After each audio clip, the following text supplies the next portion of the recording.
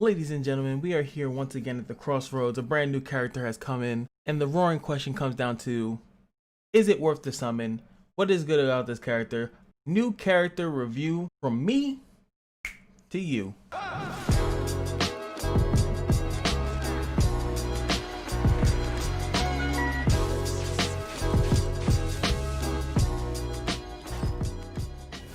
As you guys know, we got a brand new Dragon Emperor Knight, and we just did a lot of testing on the brand newness that is the Dragon Emperor Knight. The Dragon Blood passive has just been slightly adjusted to make it a little tiny bit more reasonable for all included.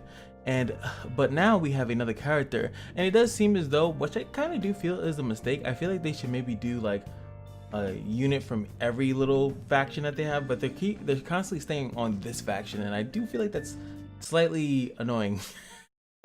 I was hoping that she was going to get anything different here. The difference here is that she does have the head Dragon Knight. That seems to be the only difference between her brother-in or sister-in, or whatever the heck they call that.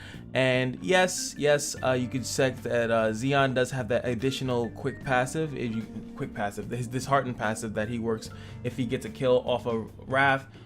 And they're disheartened, he gets a turn. She doesn't have that. Same way Anastasia does not have that, and same way Baelish here doesn't have that either. Pretty much you're using her for one to have the Dragon Blood in your group if you don't actually have the backline. There's 3 backlines currently right now, which is ZEON, Baelish, and now her, and then Anastasia is the front line. Kind of hard when you already have a character like ZEON who 100% has an AoE move. She has 2 AoE moves to his one. His one is like a nuke. It does a lot of damage to one single target, which is really good for taking other Dragon Bloods out. And you have her with 2 AoEs, which currently in the meta is not really nobody really wants that right now. No one wants to really be doing AoEs unless you have a very strong one that has a burst, which she does have.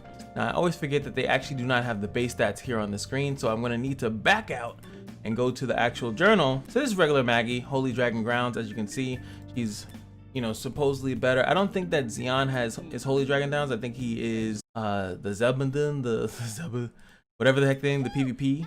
So what we can see here is that her attack speed is 53, hit is 90, so a little bit below the average, which is usually like 100.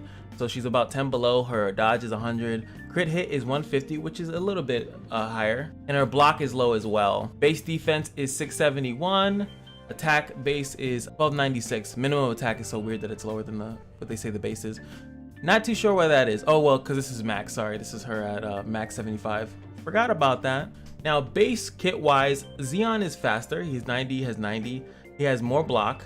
He has, oh my god, his crit is doo-doo, and we know why, because of all the power that he has to it. So he doesn't actually have as much crit as MAGI does. Dodge, hit is a little bit low, but I think hit is not like that big of a factor. And we can't really look at the attack and the minimum attack here because one, this is like level 3, so I'd have to back out. Boom. And then we see a little bit better representation here. Hey, I really should turn that off.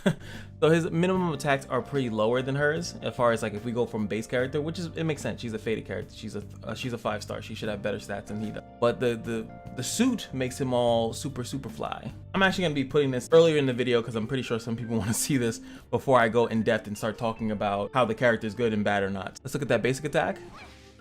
Cool. Let's look at her passive. I'm just kidding. Let's look at her cube exterminate. Okay. Way different animation. Her other animation, pretty much she threw the cube, like she rolled it on the floor, and it's like, I hope this works, but now it looks like she has a little bit more finesse. Oh yeah, I gotta get myself off the screen. Sorry. Not like I'm trying to get a thumbnail or anything.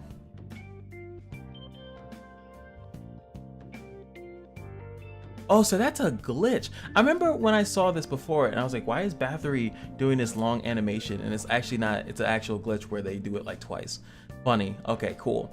All right, so let's look at the S3, and as we know, it's the burst. And so I feel like this move, you'll probably never see the cube exterminate.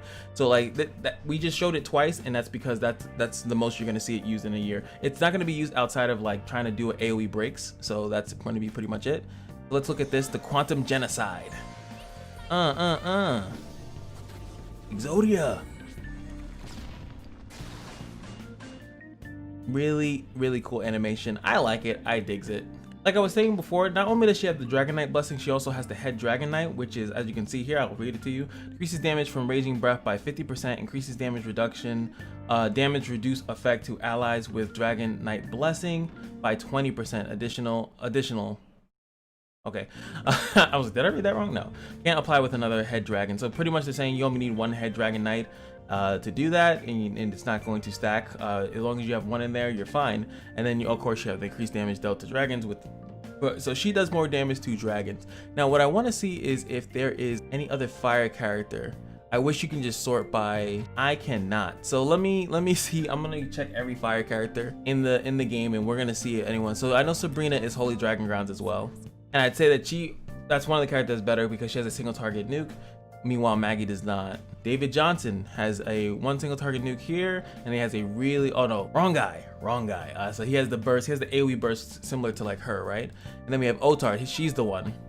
She's actually, I think, really, really good. She has a strong, really strong burst, AoE burst, as you can see, 285, which is definitely higher than this guy's that we just saw. And it's even higher than Maggie's.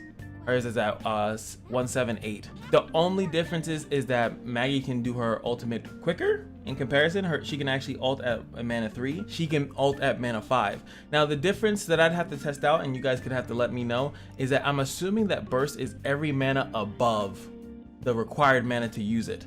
So if you have a low mana requirement, that I'm going to assume, I do not know this, I do know that burst is based on how many mana you use, but I'm assuming it's every mana above that.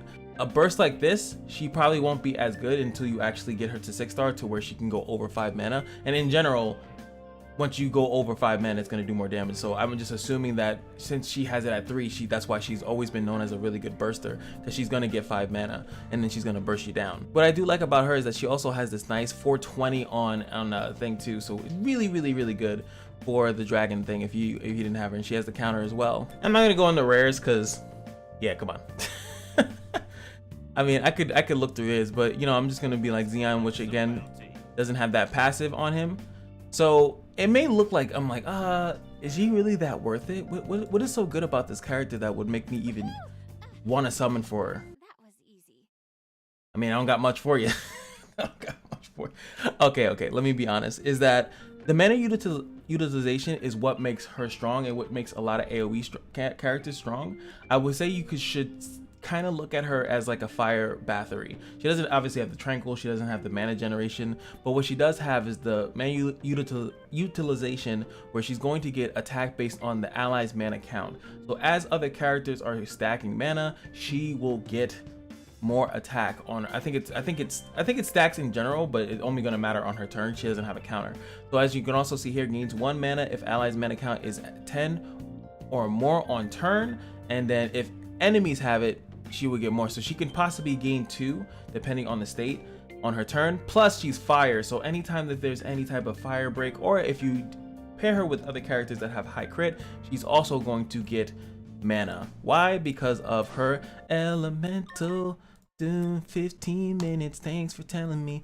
But here it is. 1 mana is created for ally or enemy heroes critical attack. So it doesn't even matter if it's an ally or enemy. So what could happen very, very likely, and this is one of the benefits of a slow character, and even though most people see slow and they think trash, but the benefits of her is that she could on her first turn have a lot of mana and could deal a lot of damage up front. She would actually be one of the characters that I would agree to people where like the AoE meta is stupid, because all of a sudden this character gets 1 turn, depending on the other things that happen in the match, you know, counters, thrust, and this and first that and then that, all of a sudden she comes in and just drops her S3 and then boom, you win.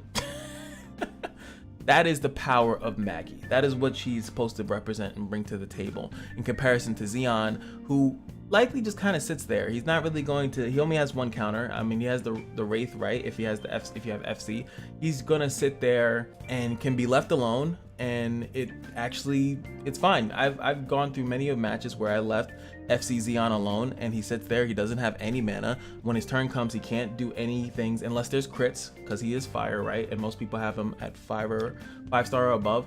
So he's literally needs crits in order to get banging. And why is it looking like that? It's blowing my mind. Why does it look so weird? There we go. That looks a little bit better to me. I don't know why. The black sidebars would throw me off. Let me know if it was throwing you off too. All right.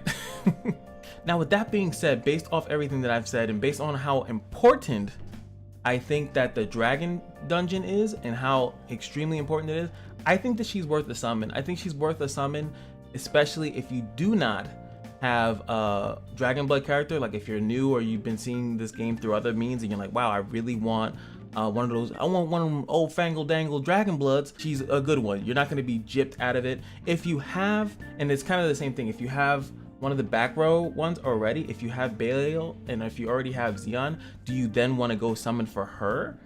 I would say no. I think the thing that people need to understand, you're not really going to want, in my opinion, you're not really going to want to run a all Guardian team. I don't think that that's viable. I think that that is, it might be funny, it might be like a meme. I don't think it really benefits you all too much, because like I've always said is that you can pretty much focus one of them down or like kind of bounce your attacks around and then, you know, maneuver around the shielding and the RAF counters and things of that nature, and then, you know, start nuking them down, and then slowly by using the other methods that I've talked about as far as like raising your defense, blinding them if you have a blind and things of that nature, lowering their defense so you can get through the shields better, you're gonna start seeing that counter that a little bit too easy, because now it's like you can kind of screw over the entire team instead of it being like screwing over a certain team member and then having him supported by tanks and supports and other DPS threats. Honestly, the worst part of a Dragon Blood comp is Bathory. She's not Dragon Blood, but she's like there, and like you have to respect it. You have to go after her, you have to kill her.